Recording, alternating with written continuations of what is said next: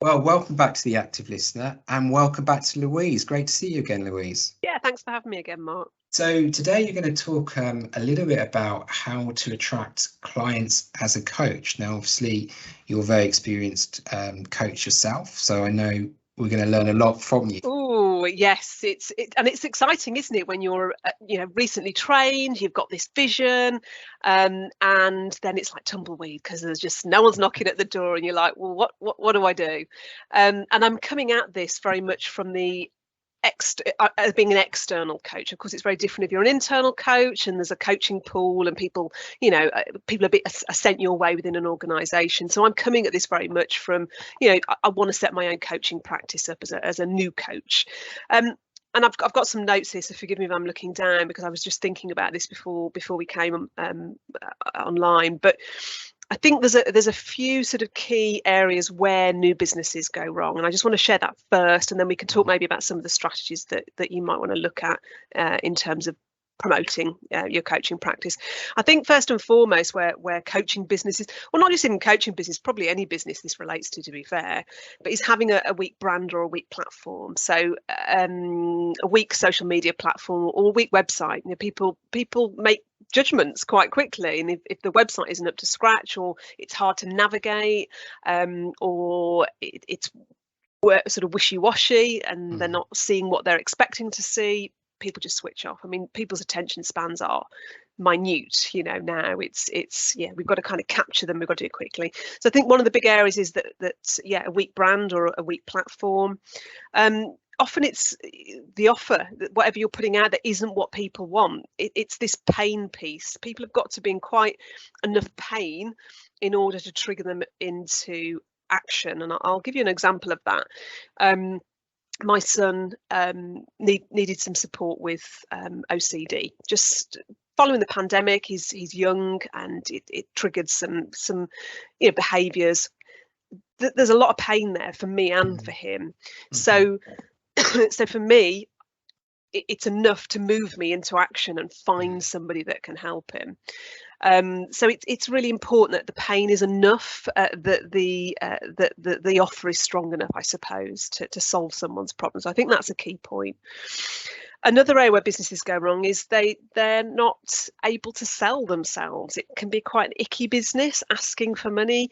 Most of us, maybe have worked for a business where we don't have to do any of the selling. It's all done somewhere else in another department, where, of course, when you're working for yourself, you've got to ask for the cash, you've got to ask for the money, and people find that extremely difficult. So that's a key area, I think, where people they overlook, actually, can I sell? Have I got the ability to do that? Marketing and promotion is another weak area where businesses go wrong. They think that people are just going to turn up, and of course they don't. It's not enough to have a website or social media channel. That there's work that has to go into promoting who you are. And seeking help, I think, is another area people go wrong. They try and figure it out all themselves, and I think it's really important to find the right support, mentors, your own coach, whatever that looks like. Even reading books can make all the difference. So it's finding the support you need, not trying to do it all yourself. So these are just some of the areas that I think people go wrong, and it holds them back within their coaching practice. So thinking about ways to attract new clients, well, I think first of all, it's going back to the point of what's the pain, what problem am I solving for my target market? And that can take a bit of time to figure out. I don't think that's something as a brand new coach you're necessarily going to know straight away. It might be that you have to go and coach and explore and try different things for you to kind of get to that place where you're like, yeah, this is the problem I want to solve in the world, whether it's a specific niche. It could be career, it could be conflict resolution, it could be health related. There's tons of stuff out there, isn't there? And this can be really helpful to understand and to know what problem you solve, to have a good understanding of that, and that then helps you pitch your message, helps you go out there with a really clear message to your audience. So I think understanding what problem you're solving is probably one of the biggest things as an external, as a new coach, you need to kind of really give some thought to. What problem am I solving? And is that problem big enough that someone's going to hand money over to have it solved? And I guess there's something there about you really need to believe in what you're doing to be able to be convincing enough, or to say with integrity that people will say, yeah, he obviously believes in what he's doing. Yeah. He can deliver, or he can certainly help. I think one thing that strikes me from what you're saying, so I used to be, a little while ago, I used to be a freelance photographer, had my own business, and I would say the amount of work that went into either his post-production or getting the work was probably more than the actual photographing itself. And I wonder if that I'm guessing is exactly the same with coaching, that a huge proportion would be around marketing and so on. Is that, would that be right? I don't know what the percentage would be, but certainly in the early days, I think, it was like all about promotion. And very little coaching, I suppose. You might be doing a few hours a week here and there, but majority, I would agree with that. I think the balance does shift as you grow and gain momentum as a coach. You get known, you build your platform, you build your following. It definitely changes. I would agree with that. So what do you do then? So you're explaining about kind of understanding what the problem may be that people want solved, and how you can offer, or what you can offer to help with that. So let's just say I've come up with that. I kind of know what that problem is, and I feel I can help in some way. But I look at the bank balance, there's like £5 in the account or something. Where do I start? And I have no coaching. Where do I go with that? Let's say from day one, from scratch. Well, and I think you need to have your platform. And the good news is that actually, technology has advanced so much that we can build our own websites now. We don't have to go and find a web designer and spend 10 grand doing it. You can even not have a website. You can have a one-page website and use social media platforms. There's so much available to us now. So there's no excuse, really. I think this is the best time. If you're launching an online business, this is it. Go back when I did it, 15 odd years ago, it was much harder because everything was more expensive. We didn't have, think about this, Facebook, it was in its infancy, YouTube was in its infancy. It was a different world back then. So there was a lot more physically getting out there, whereas now you can literally sit behind your laptop and make this work. So it's a different world, but I do think you need that brand and that platform, so that when you do attract people, they've got somewhere to go and read about what you do and how you can help them, etc. So I think that's the first thing to say, is I think you do need that platform. You need something, whether it be a website or a one-pager or whatever, or a squeeze page, landing page, etc.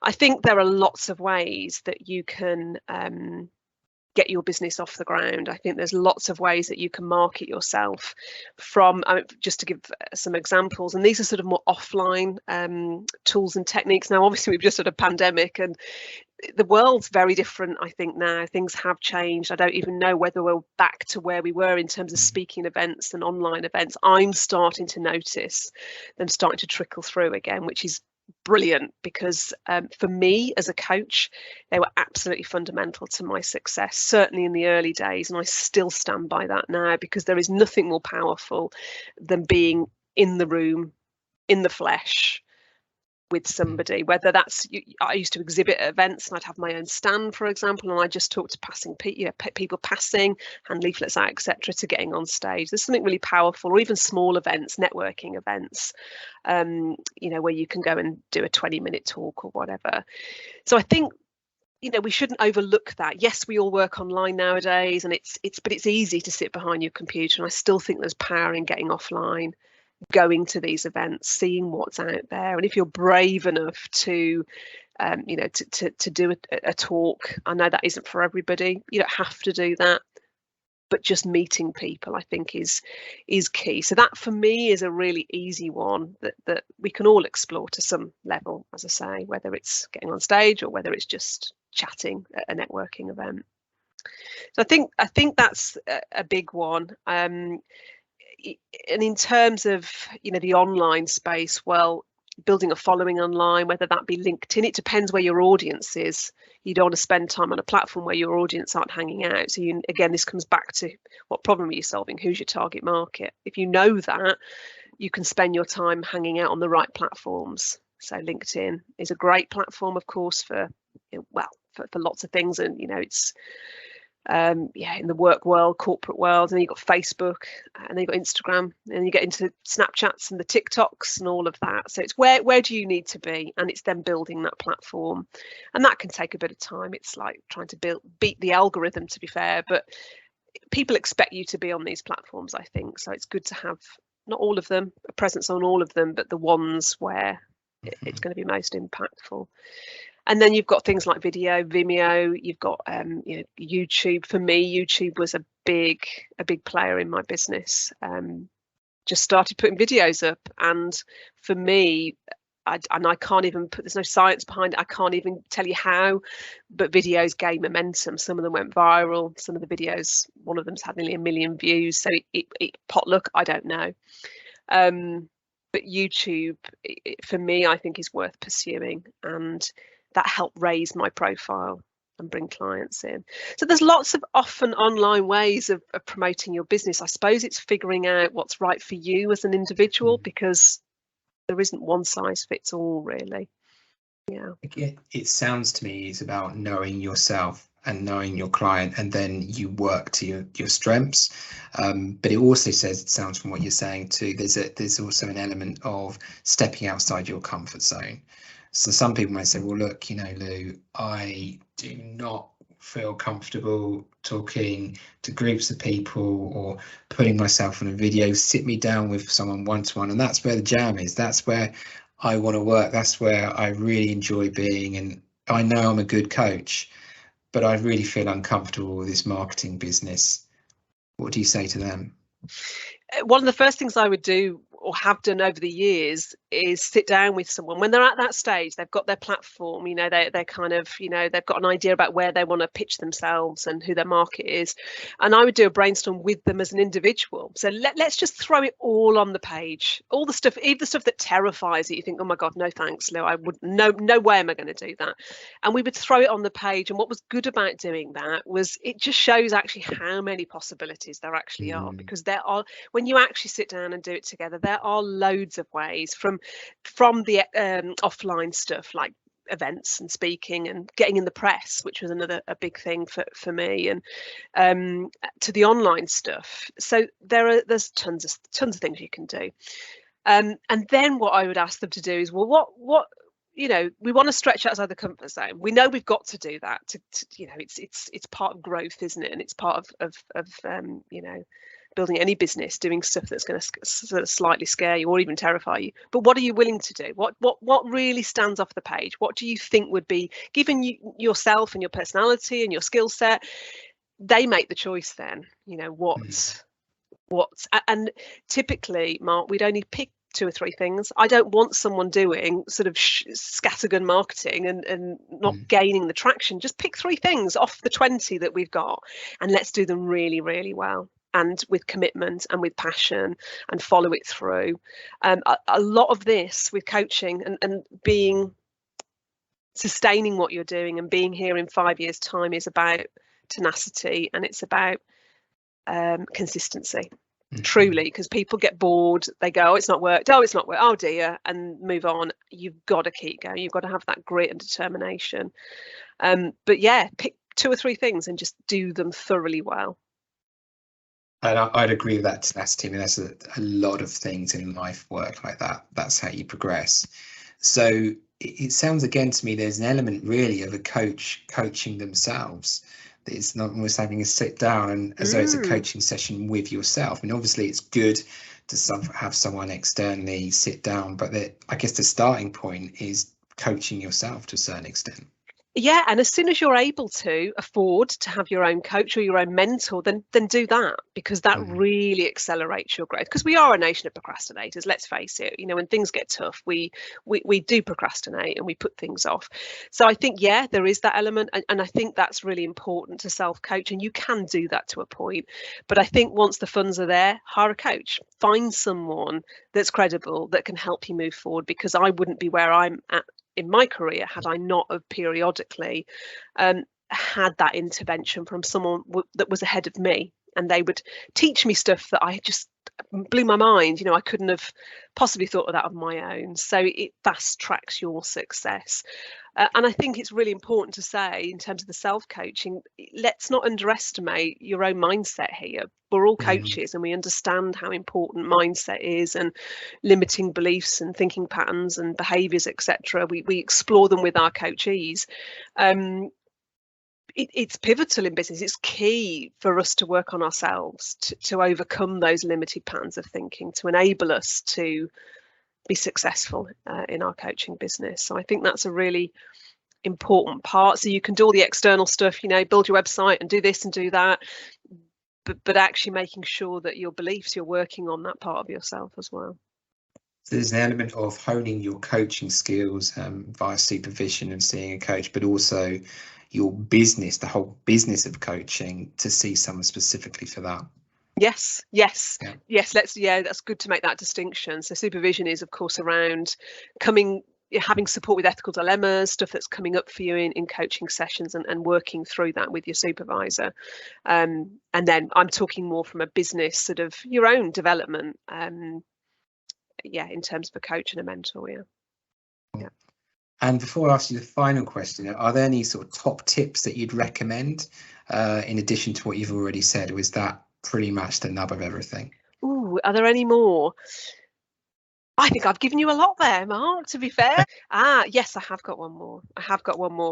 A pretty obvious one, actually, I probably should have mentioned. But I think as you start growing, so whether you're speaking on stage or whether you're doing stuff online, one of the biggest things I think we can do to help sort of build our audience is to have a mailing list, and that still stands. You know, people, you know, we've been doing this for many years, but I still think if you think about, I don't know, Nike buying shoes, or they've all still got their mailing list and they're all pumping stuff into our inbox. It still works, and I don't think it's going anywhere. Whether we open them or not is a different matter, but I think if it's something people are interested in, they do open it. So I think it's really important to have some kind of mechanism where you can capture that data, whether that's on your homepage by creating a landing page, something on your Facebook page or LinkedIn. And often this can be a freebie, you know, where we say, get this free guide on XYZ, or 10 steps to do blah, blah, blah. You know, you need a good hook in there often to get people hooked in. Inviting them to a newsletter isn't going to cut it. It needs to be something that's, you know, a webinar, 20-minute webinar or whatever. And if it's compelling enough, people will hand over their data, and then that becomes legally yours. So as much as social media is great and YouTube, you don't own the data. You know, when people subscribe, friend you, connect with you, that could just go. Your account could be shut. You don't own the data. So this is why having your own community, your own mailing list is yours. It's yours, and then you can mail them offers, you can mail them values, you know, things that are of value to them, and then it's so much easier to get clients, Mark, when you've got that list. I mean, you know, my list is something like 10,000 people that I've accumulated over the years, and yeah, it gives you a ready-made audience, almost like a pond in which to fish, because they're following you because they like you, they like your stuff, they know who you are. It's always going to be easier to sell to people that know who you are than go out cold all the time and find people. So I think that's a really, a good one to finish on, is to think about that mailing list and how you can do that. Well, that's great. Thank you ever so much, Louise, for giving us those top tips, that insider information. If anyone wants to see you as a coach regarding coaching or for their business, how do they get in touch with you? My primary website is thegameoflife.co.uk, so www.thegameoflife.co.uk, and you can find out more there. Perfect, and we'll put a link in the description as well. Yeah. Well, great. Thank you very much for your time, and I look forward to seeing you again for our final podcast. Wonderful. Thanks, Mark. Thanks.